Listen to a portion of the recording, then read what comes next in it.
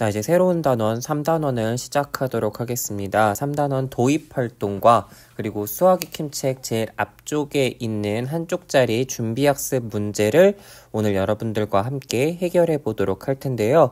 일단 이번 단원의 핵심 내용 한번 소개해 보도록 하겠습니다. 여러분, 규칙이라고 하면 많은 곳에서 알 수 있을 거예요. 오늘 규칙에 대해서 이야기를 해볼 텐데요. 규칙이라고 하면 여러분들이 뭐 수업 활동할 때 지켜야 할 규칙, 뭐 길을 건널 때 지켜야 할 규칙, 이런 것들이 있는데요. 사실 수학에서 말하는 규칙이라고 하는 건 뭐 일정하게 나타나고 있는 그 현상의 공통점과 차이점 같은 것을 식으로 쓰는 걸 의미합니다. 그걸 우리가 규칙이라고 표현을 하고요. 그래서 만약에 예를 들면 여기로 설명을 해볼게요. 클로버가 하나 들어갑니다. 그런데 나올 때는 2개가 되죠. 이럴 때 규칙은 무엇일까요? 어떻게 되는 거죠? 하나만큼 늘어난다라고 생각을 해주면 될 것 같아요. 그 다음에 하트가 이번엔 4개가 들어갔어요. 역시 지금 보니까 4개가 들어갔는데 5개가 나왔다. 하나가 늘어나는 규칙을 가지고 있죠. 그래서 우리가 일반적으로 알고 있는 규칙이라고 하면 뭐 지켜야 할 규율이라고 느껴진다면 수학 시간에 여러분들이 찾아야 될 규칙은요, 현상을 보고 어떤 규칙으로 인해서 이렇게 변하는지를 여러분들이 식으로 나타내주면 되겠습니다. 그래서 동그라미에 1을 더하면 뭐 네모가 완성된다라는 형태처럼, 그래서 만약에 이번엔 뭐 클로버도 있고 하트도 있는데 별을 3개 넣었다. 그러면 어떻게 될까? 별을 4개 얻을 수 있다라고 설명할 수 있는 거예요. 그래서 우리가 규칙을 알고 나면 이렇게 다른 상황에도 적용할 수 있다라는 의미를 담고 있습니다. 자, 그러면 대응이에요. 대응이라고 하는 경우 선생님이 이제 여러분들 다투는 걸 지켜보면 처음에 가볍게 툭 쳐요. 역시 또 친구도 툭 쳐요. 또 쳤네? 더 세게 쳐요. 더 세게 쳐요. 더 세게 치고 더 세게 치다가 여러분들이 막 싸우게 되는 거죠. 대응이라고 하는 관계는요, 무엇과 무엇의 연결고리상 계속 일치하는 것들, 짝을 지을 수 있는 것들을 의미합니다. 그래서 여러분들이 지금 규칙과 대응을 잘 알아두면 나중에 여러분들이 함수라고 하는 것을 배울 때 훨씬 수월하게 제시할 수 있고요. 나중에 그래프를 그릴 때도 굉장히 많이 도움을 받을 수 있습니다. 자, 그러면 우리 자세한 3단원 내용을 그림으로 한번 알아보도록 하겠습니다. 여러분들 이제 교과서 제일 앞에 3단원 도입할 때 들어가는 그림 있죠? 그 그림 함께 분석해 볼게요. 자, 48쪽에 나와 있는 그림이에요. 이 친구들이 뭐 전자과학 연구소로 뭐 체험학습 활동을 간 것 같아요. 자, 한 책상 앞에 2명씩 써보세요 라고 되어 있는데요. 자, 책상이 하나면 사람은 둘이다 라고 하는 대응 관계를 가지고 있는 거예요. 책상 하나당 사람 둘이라고 하는 규칙이 발생하는 거죠. 그럼 여러분, 만약에 책상이 10개 있다. 그러면 사람은 몇 명까지 책상에 설 수 있을까요? 책상 앞에 설 수 있을까요? 그렇죠. 10 곱하기 2라고 해서 20. 이렇게 여러분들이 대응관계를 찾을 수 있어요. 그래서 규칙을 찾으면 대응관계를 알 수 있는데요. 사실 이 규칙을 발견할 때까지는 대응관계를 몇 개 살펴볼 수 있어야 돼요. 자, 지금 그럼 옆에 보면 이 오른쪽 체험활동을 보니까, 자, 이거는 지금 기구 하나당 몇 명이 탈 수 있어요? 1명이 탈 수 있죠. 이렇게 여러분들 기억할 수 있겠고요. 지금 보니까 조립을 하고 있는데요.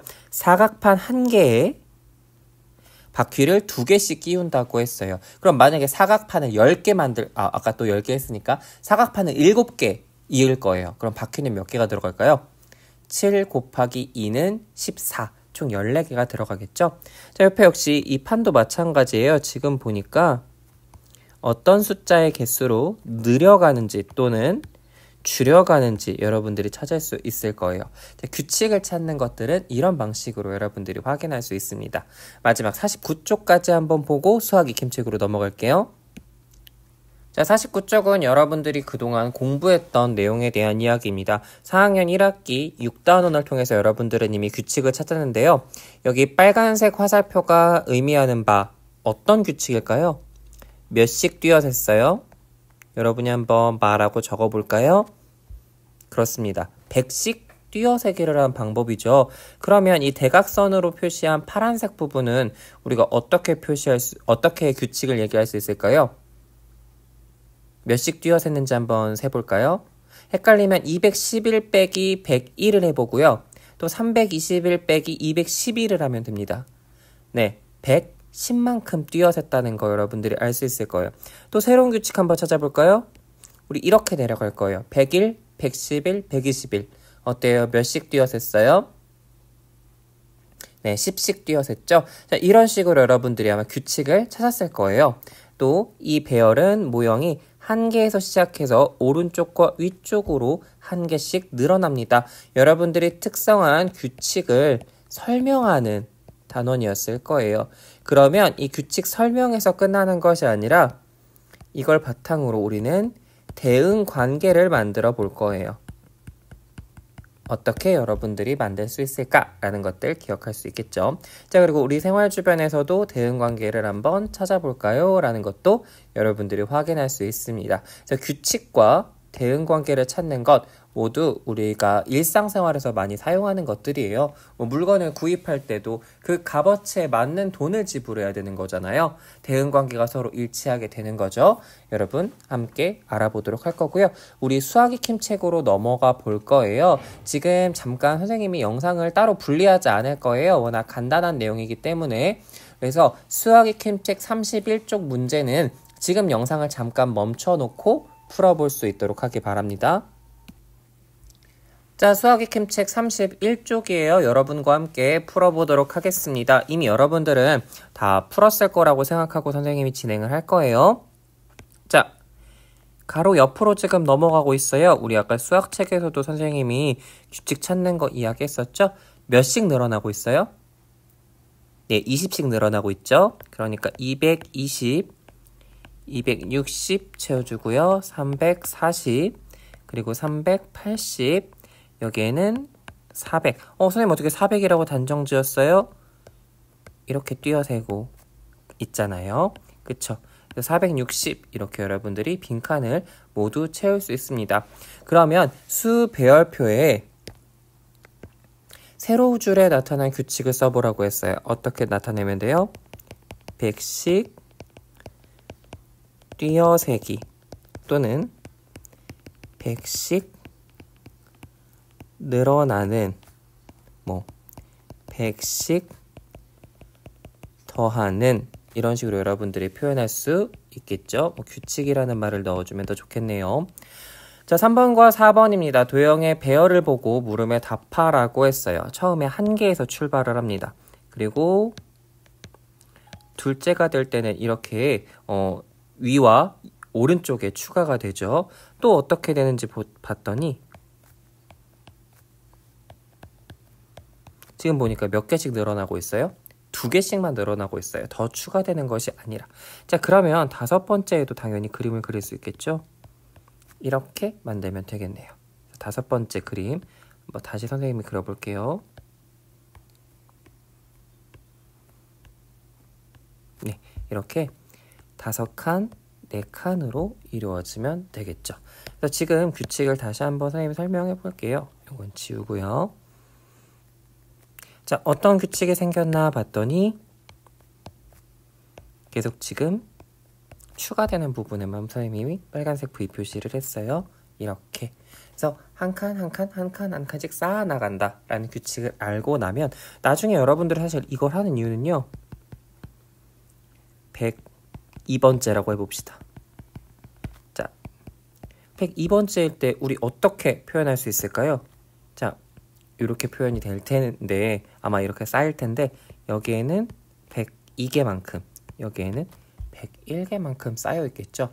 사실 여러분들이 지금 규칙과 대응을 찾는 이유는 나중에 이렇게 굉장히 큰 숫자일 때 얼마일 것인가를 예측하기 위해서요. 과연 이럴 때 어떻게 하는가.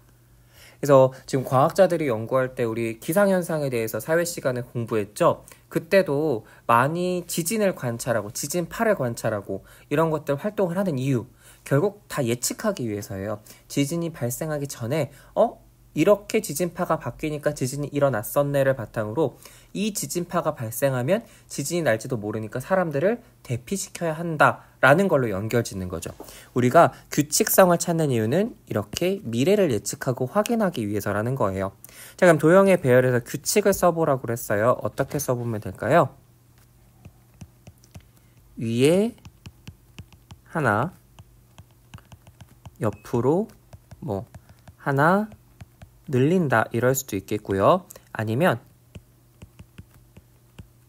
한 줄에 하나씩 두 줄을 쌓는다 라고 표현할 수도 있을 것 같아요. 지금 보니까 여긴 기존에 있었으니까 한 줄 쌓은 거고요.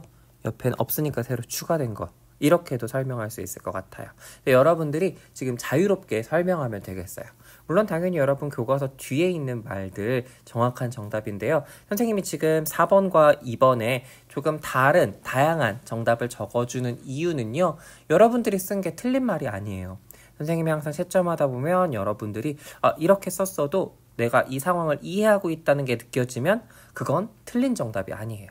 하지만 여러분들이 그래도 수학 익힘책 뒤에 정답에 나와 있는 것들은 꼭 한번 읽어보고 이렇게 표현하면 조금 더 깔끔하게 표현할 수 있구나. 이렇게도 설명이 가능하구나 라는 정도는 알고 난 다음에 채점을 하면 되겠어요. 그리고 다음번에 문제를 비슷한 거 풀 때는 교과서에 있는 정답처럼 한번 써보면 어떨까? 라는 연습을 여러분들이 해보기 바랍니다. 자, 이제 여러분들이 금요일부터는 이렇게 수학 3단원을 공부하게 될 거예요. 여러분 모두 수고 많았습니다.